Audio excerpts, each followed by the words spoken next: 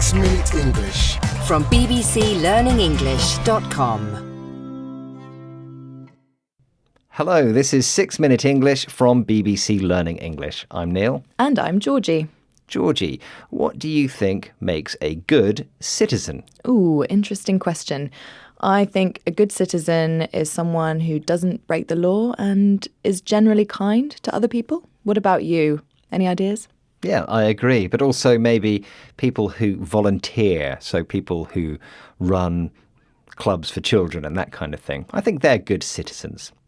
Now, being a citizen, a member of society who enjoys certain rights in return for having certain responsibilities, is an old idea that's been in the news a lot recently. It's something that interests Myra Anubi, presenter of BBC World Service programme People Fixing the World.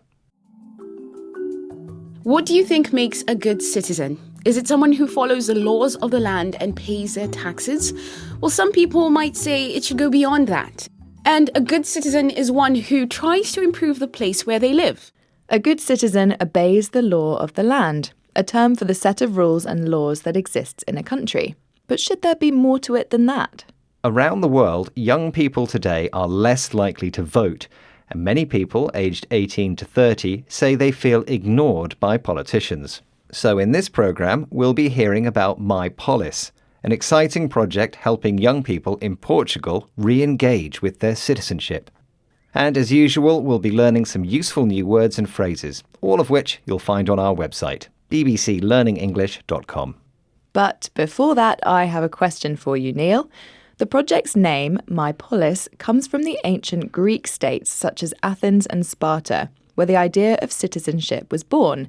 So, what is the meaning of the ancient Greek word polis? Is it A, vote, B, people, or C, city? That's a good question. I'm going to guess B, people. OK, well, I'll reveal the correct answer later in the programme. My Polis runs council assemblies where children can propose improvements to their local school community. Anything from fixing broken water fountains to changing the curriculum. Local politicians also attend, listening to the children's ideas and responding by giving their support or explaining why not. The project was started by founder Bernardo Gonçalves when he was in his 20s because he was disappointed by interactions between political parties and young people. Here's Bernardo telling more to BBC World Service programme People Fixing the World. We have seen a quick erosion in the trusts of the population on the democratic institutions such as the national parliament, such as the government in office. We need to find new ways to connect children and young citizens to democratic institutions. Otherwise, the gap will get bigger and bigger. This is very dangerous for democracy. Bernardo thinks Portugal has seen an erosion of trust, a term for the gradual weakening of people's confidence in political and economic institutions and the government in office. A government in office means the government in power at the present time. My Polis mirrors the political activities that children will need as adult citizens, things like voting and holding politicians accountable. Reporter Alison Roberts visited schools around the Portuguese capital, Lisbon, and was impressed by what she saw, as she explains here to Myra Anubi, presenter of BBC World Service's People Fixing the World.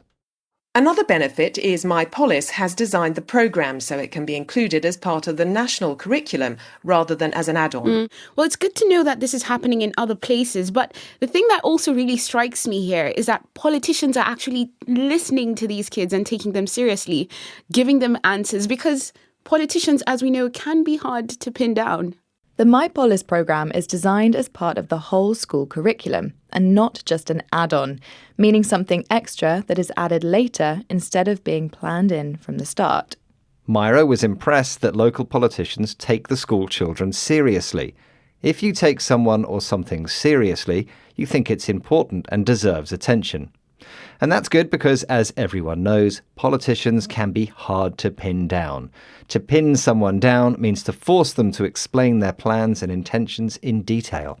It sounds like the programme is really developing active citizens of the future in Portugal. In fact, it's been so successful that similar programmes have been started in Italy, Hungary and Mozambique. Okay, Neil, I think I should reveal the answer to my question. I asked you what is the meaning of the ancient Greek word polis, and you said people, which was the wrong answer, I'm afraid. The right answer was C, city. Ah, no. Right, it's time to recap the vocabulary we've learned, starting with the law of the land, a term for the set of rules and laws that exists in a country. An erosion of trust happens when people gradually lose confidence in political and economic institutions. If a government is in office, it means they are currently in power. An add-on is an extra part that is added to something later, rather than being built in from the start. If you take someone seriously, you consider them important and worthy of your attention. And finally, if you find it hard to pin someone down, it's difficult to find out their specific plans and intentions. Once again, our 6 minutes are up. But remember, you'll find a quiz and worksheet for this episode over on our website, bbclearningenglish.com. See you there soon. Bye. Goodbye. 6 Minute English from bbclearningenglish.com.